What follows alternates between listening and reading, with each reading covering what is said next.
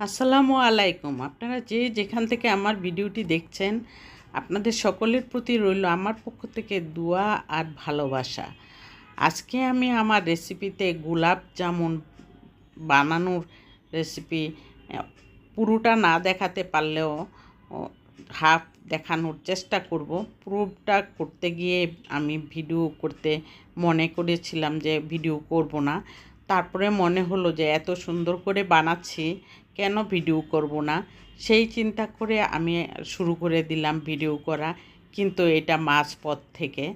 আর এই যে বানিয়ে আমি রেখে দিলাম, রাখার পর আমি তেলটা একদম হালকা গরম অবস্থায় আমি দিয়ে দিব তেলের মধ্যে।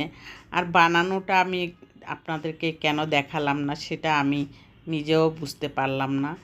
আর সেই চিন্তা করে ভাবলাম যে আরেক দিন হয়তো আপনাদের সামনে তুলে ধরব। আর এই কালো জাম মিষ্টিটা কিন্তু আমি পাউডার দুধ, ডিপ্লোমা ব্র্যান্ডের পাউডার দুধ দিয়েছি। তারপর এখানে 2 টেবিল চামচ ময়দা দিয়েছি, আর হাফ চা চামচ বেকিং পাউডার দিয়েছি, আর একটা ডিমের কুসুমসহ ফেটিয়ে নিয়ে তারপর গুলিয়ে নিয়ে তারপর আমি মাখানোর পর আমি রেস্টে রেখেছিলাম 5 মিনিট।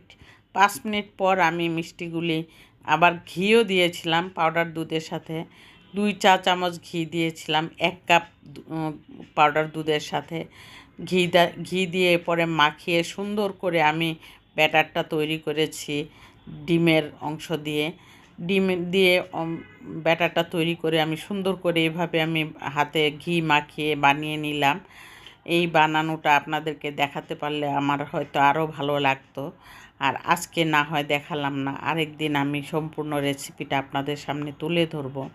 আর এখানে তেলের মধ্যে একদম ঠান্ডা তেলের মধ্যে আমি মিষ্টিগুলি ছেড়েছি। দেখুন এখন ডাবল হয়ে গেছে। এই ডাবল হওয়ার কারণে কিন্তু মিষ্টির ভিতরটা একদম সুন্দরভাবে মসৃণ হয়ে থাকে। আর এখন আমি আস্তে আস্তে কালার চলে এসেছে।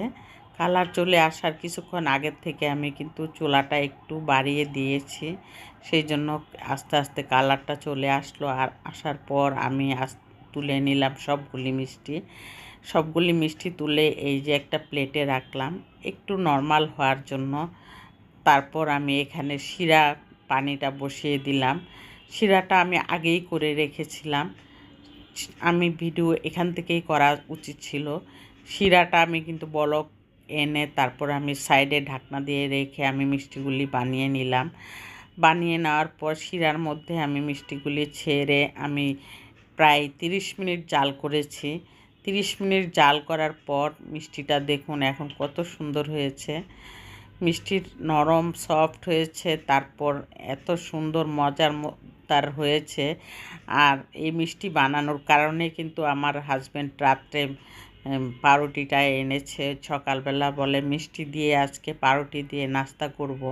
সেই চিন্তা করে পাউরুটি ভেজে নিলাম।